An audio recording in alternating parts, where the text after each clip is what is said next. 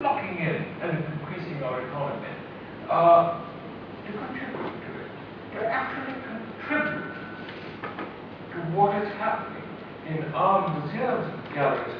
They ought to pay exactly what we ought to pay when we go abroad. You can't go to Uffizi in London. You can't go to any gallery in Germany for nothing. You can't go to French one, Spanish one. You pay. So, we might do it even, let's do it for a quick penny, and then we can think again. But bring back museum entry charges. Think how much money that would be. The more money you earn, the less you will have to cut. But we don't exploit what we've got. 5 million people going to the National Gallery every year pay nothing. 5 million people at £5 a time. It would be more if they were in New York and going to the Metropolitan, would be 25 million quid. That is 25 million quid you don't have to cut from your outgoings.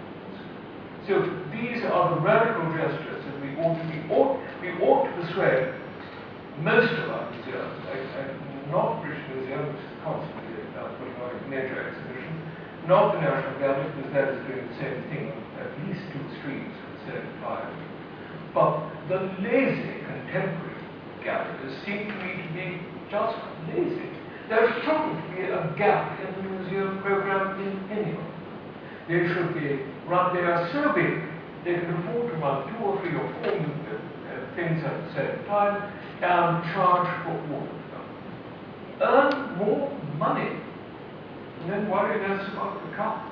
That is surely the answer. Well, we'll come back on to the financial model going forward. And what a load of policy there, but let's just move on to where, in fact, we think money should be focused. If you want to ask a question anytime, please do raise your hand. I'll take some questions during the talk, and but keep the talk moving along. Catherine, you've got a question? One of the things that this government has brought in is the notion of complete transparency in relation to public funding. And one of the things they're now allowing us to do is to look at how everything, how public funds are being spent, right down to £500. What would the panel think about what would the public would want to cut if that sort of scrutiny was allowed in relation to the Arts Council funding? In other words, if we could see everything down to, it costs £500, if we actually saw